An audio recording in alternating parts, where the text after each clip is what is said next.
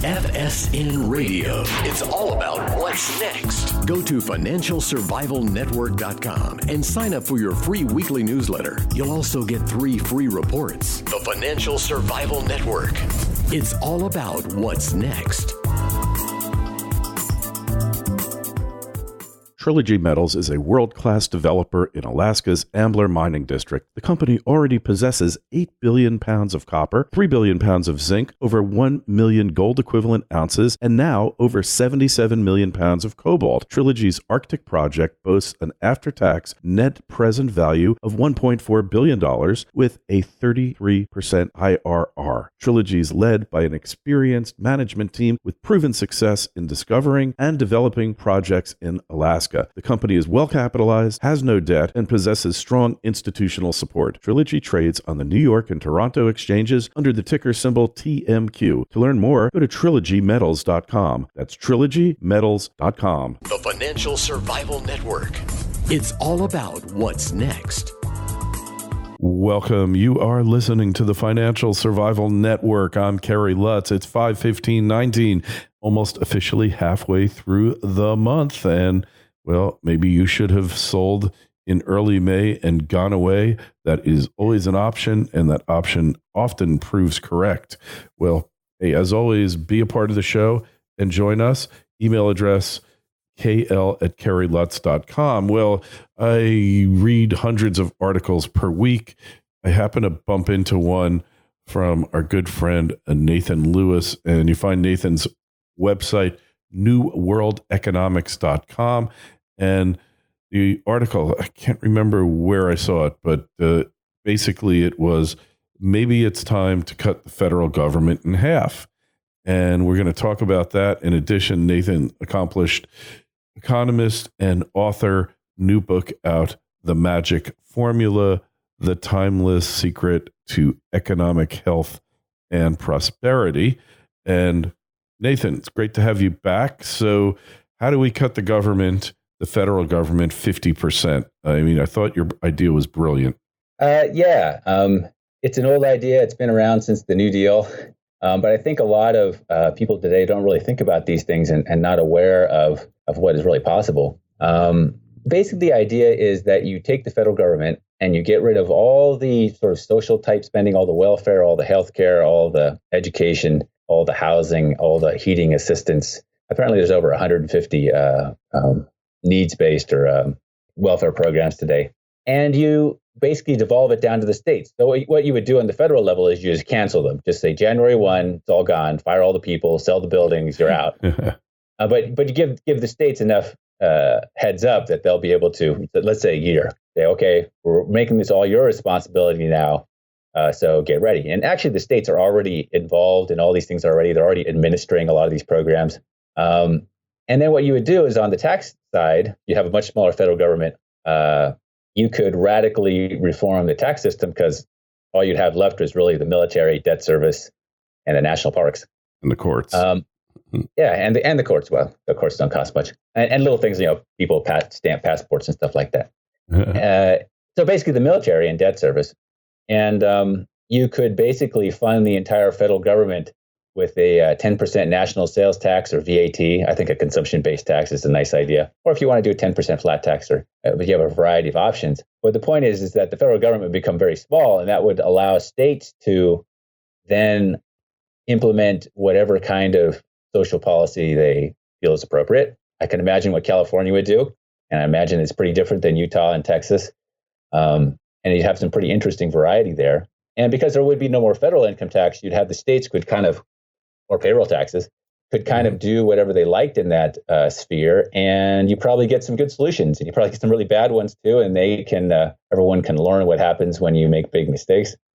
Social Security doesn't really fit this framework very easily, but I think you could transition from our current taxation-based system to what's known as a provident fund system, which is basically a mandatory public 401k. You put a defined amount of your income, like a payroll tax, into what is essentially like a 401k. And instead of just getting a government obligation, you actually own, you've heard private accounts, you actually own some kind of asset. You actually own corporate bond or Korean stocks or probably some kind of very diversified mutual fund. And that would be your primary retirement resource, and with some provisions in case that runs out. So it'd be a very different kind of federal government than we have today. And oddly enough, I think that both people on the left and the right could be interested in something like this. It's very easy to do in terms of legislation. And Massachusetts and California could just go ahead and do their own thing, and they can impose their own taxes and not bother the rest of us. And the rest of us will be paying our 10% federal VAT, and then adding on top of that whatever we would like to do at the state level. Mm-hmm. Well, I like the idea of the simplicity, and then you shift it back because obviously the states, as unresponsive as they may be, are much more responsive than the federal government. Nobody's less responsive than federal government, right? Well, it's real simple reason for that is that every federal congressman has about 750,000 constituents, and there are only so many minutes in the day for those guys. While it depends, and it changes from state to state. But I took Massachusetts as an example. Each representative of the Massachusetts State Assembly has got 40,000 constituents, which is not and they probably have their offices, in your county, and you could just go over there and knock on their door, and they probably have time to see you, which would be pretty interesting, I think. Yeah. Yeah. Well, I think, you're driving government back down towards the people. There's nobody more detached than the bureaucrats in DC. And Trump is trying to send them back out, like the Interior Department, send them out west so they can roast in the forest fires along with everybody else and all that type of thing. So that's really probably the best we could hope for here. But to get an amendment, obviously we would need an amendment. We'd have to revoke the 23rd Amendment, the income tax, 22nd. I always get those confused. And a lot would have to be done here to effectuate this. So have you had? Well, yeah. It would be, you probably need some amendments. But I think one way you could get there is at the state level. If you get 2/3 of states to agree to an amendment, then the federal Congress has to put up with it. Yeah, has to accept it. And I think between sort of left-leaning coastal states that want to do their own thing and right-leaning states that want the left-leaning coastal states to do their own thing and not have them along. Yeah. You could maybe get to that 2/3 majority. Mm-hmm. Well, it sounds like a pretty good idea, but what are you going to do with all those buildings and all of those fired civil servants? They have their own lobbying group, and it's hard to really get something like this through, isn't it? Well, actually, I thought considering possibilities of how you might get there. I think it's important for conservatives to kind of dream a little bit. Say, forget it. Let's forget about day-to-day politics. What do we really want, right? Because if you don't know where you're going, you're not going to get there. Well, we hear from the left what they want, right? They want the Green New Deal or crazy Elizabeth Warren stuff. We know what they want. Yeah. Which I don't like it, but at least I give them credit for saying it, for knowing it, right? Having a goal. I think the conservatives kind of just have been in this sort of mode of, well, I don't like that. I don't like that. I don't like that. So what do we want? I think it's good to have a goal like that because you might actually get it. Mm-hmm. And the other thing that might happen sort of politically going forward is if there is some kind of crisis situation, if you look at some of the people think that there's potential budget problems coming up for the federal government and demographic issues and all this stuff. Yeah. Well, what is it really? It's Social Security and Medicare, mostly the medical stuff, and some of the welfare stuff that's gotten kind of bloated, and they could make all that stuff go away. It just disappears at the federal level, and it doesn't really reappear at the state level because even though they would be implementing healthcare programs and stuff, they would be programs that would be starting from scratch, right? They wouldn't have this legacy of stuff that was designed 60 years ago and doesn't really fit today's situation. Mm-hmm. And presumably they're not going to build something from scratch that isn't sort of projected to blow up in 15 years or something like that, right? It'll be an appropriate kind of new program that presumably would be relatively sustainable. Mm-hmm. Yeah, exactly. Very true. So they get to do a new and improved version. So it's kind of like a sunset law for all of these unnecessary federal programs and ship them off to the states, and no block grants. So the states are going to have to raise their taxes, probably have to double them. But on the other hand, the federal government is going to be cutting theirs in half, presumably, right? Exactly. So there would be, if take my proposal of a 10% VAT, that means at the state level, there would be no income taxes, or payroll taxes or whatever. So you could, if you wanted to, impose a 10% payroll tax or something like that, 10% flat tax, which would generate quite a lot of revenue, actually, and to fund all these things.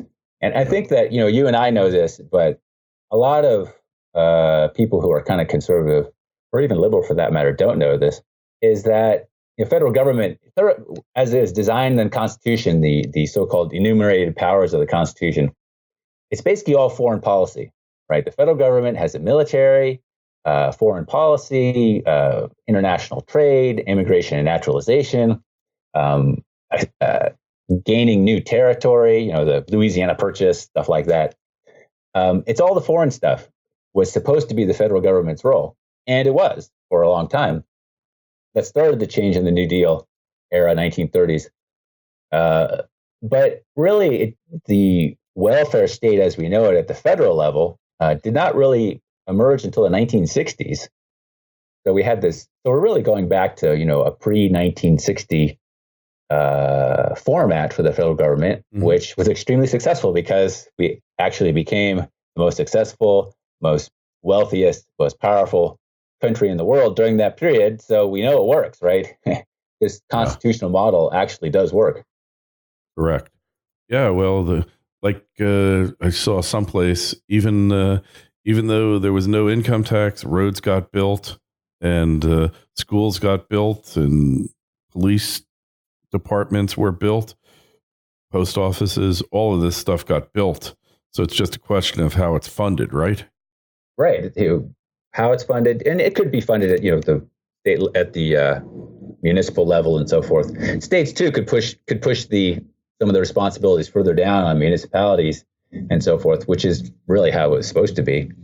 I think it'd be pretty interesting because, of course, what the next thing that happens is that you've got all these new ideas, lefty ideas, right? Kind of more right-leaning ideas. Yeah. And then you get to see which of them work. Maybe single-payer healthcare is a big success, in which case we could imitate it. Maybe it's a big failure, and Texas's, charity plus free market system is far better. We could imitate that. Yeah, well, they'll never admit it, though, right? They might never admit it, but reality would be staring them in the face, I think, at some point. There's another unintended consequence here, though, Nathan, and that is, look, we see people getting the heck out of Dodge now, right? They're leaving because of the non-deductibility of state and local income taxes. Yes. So really, we could easily be seeing that in spades here, right? Well, that's the other thing that would happen, exactly, is that if you didn't like the policy where you lived, you could go to wherever people like you are gathering and live under a new government, essentially a new regime, which would be, the whole element of competition in the whole thing would be very interesting, I think. Yeah. Hey, I would love to see it. I'm not sure practical wise if it's going to happen, but I would love to see it. I mean, it would really go back to the system of federalism, and that's what we really need. Hey, so Nathan, what about your new book? Tell us about that. The new book is called The Magic Formula. It's about it's a book about economics, and the magic formula is low taxes and stable money. Pretty familiar Jack Kemp, Steve Forbes type stuff. But I really wanted to. It's a fairly short book. It's not a tome. It's for people who don't have a lot of background in these things. And I really wanted to explore the idea if you get just those two things right, your taxes are pretty low, Your money is pretty stable. Ideally, in U.S. history and history of the world, it means the gold standard, right? Stable money. But even if you don't have that, at least you would want it to be as stable as possible.